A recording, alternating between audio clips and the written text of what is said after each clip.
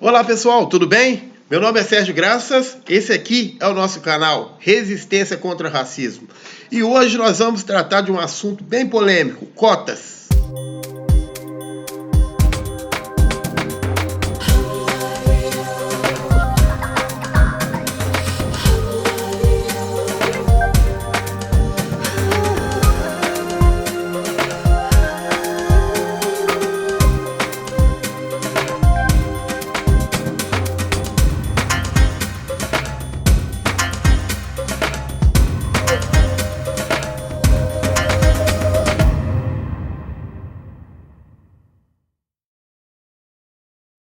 E você, é a favor ou contra cotas? Antes de você responder, eu te convido a fazer uma pequena viagem na nossa história. Vamos rever alguns dos fatos que ocorreram para a gente poder responder essa pergunta.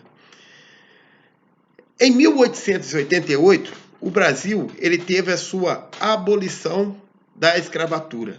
Os escravos foram teoricamente libertos. Porém, a gente vê pelos fatos que ocorreram durante esse período que o negro ele precisou muito mais do que uma simples abolição. Tanto é que alguns abolicionistas da época pretendiam colocar alguns projetos de inclusão do negro na sociedade. Porém, isso não foi à frente, não foi colocado dessa forma. Tanto é que em 1890, através do decreto 847 dos vadios e capoeiras, que dizia que se fosse achado algum negro perambulando pela rua, mesmo que fosse em busca de trabalho, ele seria preso.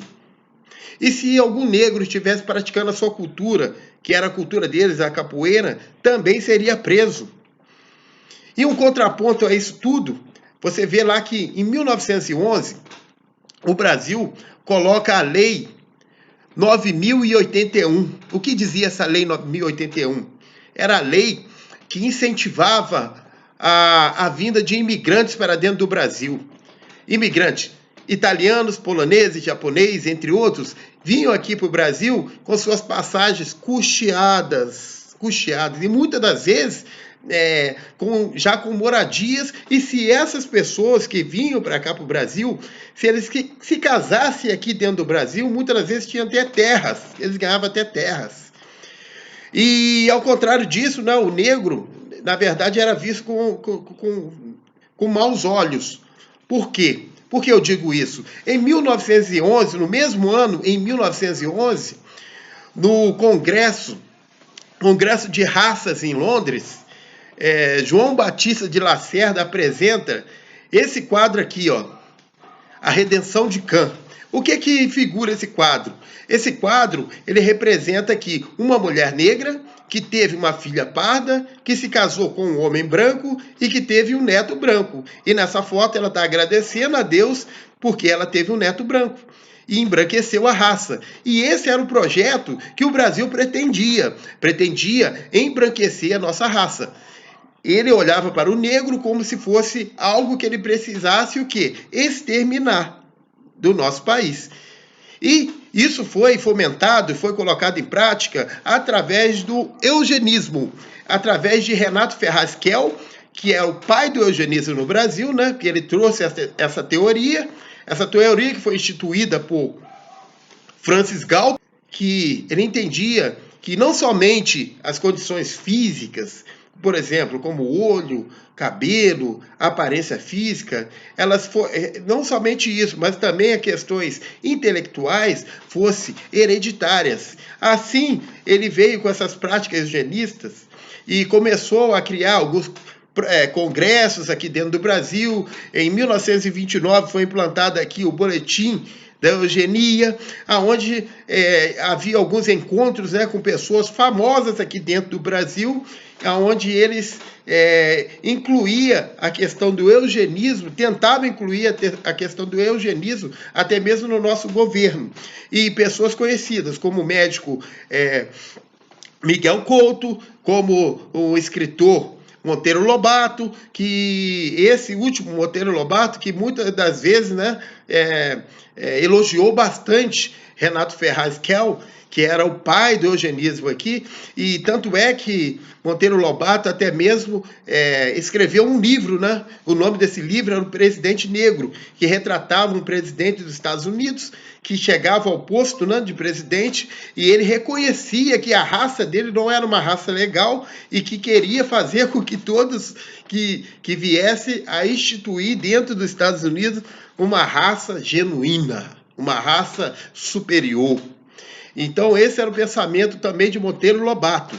E esse pensamento veio a ser colocado até mesmo na nossa Constituição. Foi colocado lá para incentivar a educação eugênica dentro das escolas, aonde seria ensinado para os alunos e os jovens que deveria seguir a filosofia do eugenismo. Em 1968, mais um capítulo da nossa história, a gente tem instituída a Lei 5465, que era a lei que instituía cotas para filhos de fazendeiros nas faculdades rurais, agrícolas do Brasil. E, mais uma vez, a gente vê que o branco sendo beneficiado e sendo, mais uma vez, ajudado no seu desenvolvimento. Em 1988, e somente em 1988, a gente, através da Constituição atual, foi reconhecido como crime o racismo. Ou seja, depois de 100 anos da abolição, foi reconhecido o racismo como um crime. Assim poderia ser evitado várias leis que foram colocadas durante esse período, várias leis racistas, se tivesse sido decretado como crime. Antigamente, não poderia ter colocado essas leis, porque encaixaria como crime. Em 2001, no Congresso de Durban, na África do Sul, o Brasil reconhece as políticas de reparação. Ou seja, o Brasil começa a pensar e começa a ver pela sua história, né? Depois de mais de 100 anos de história, ela começa a perceber que o negro ele foi prejudicado em relação ao seu desenvolvimento. E em 2003, através da Lei 10.639, o Brasil ele reconhece que tem que colocar a história africana no nosso conteúdo escolar. Só que essa lei ela não foi colocada em prática. Tanto que até hoje não se vê esse conteúdo, né, nas escolas. Em 2009, acontecem as políticas de saúde para negros. Em 2010, é criado o Estatuto da Igualdade Racial. E, finalmente, em 2012, através da Lei 12.711, que estabelece cotas para negros, índios, pessoas de baixa renda, pessoas vindas de colégio público e para deficientes físicos. E essa, pessoal, é a trajetória do negro dentro do nosso país. Uma trajetória difícil, uma trajetória com muitas dificuldades, mas que no final a gente acaba conseguindo chegar. É muito difícil. Por isso a questão das cotas. Quando a gente fala em cotas, se você me fizer a pergunta se eu sou a favor de cotas, se eu não conheço a história dos negros, eu responderia também. Eu também responderia que eu seria contra, eu sou contra as cotas. Dessa forma seria. Mas conhecendo a história dos negros, não tem como a gente negar. É legítima, é verdadeira e é necessário, sim, as cotas para os negros. Porque eu não digo nem por mim, não digo de repente por pessoas que já conseguiram uma graduação, já conseguiram uma pós-graduação ou um mestrado, mas sim por aquelas pessoas que têm dificuldade, porque o negro está incluso na maioria, né? A massa pobre do nosso país é formada por pretos e pardos.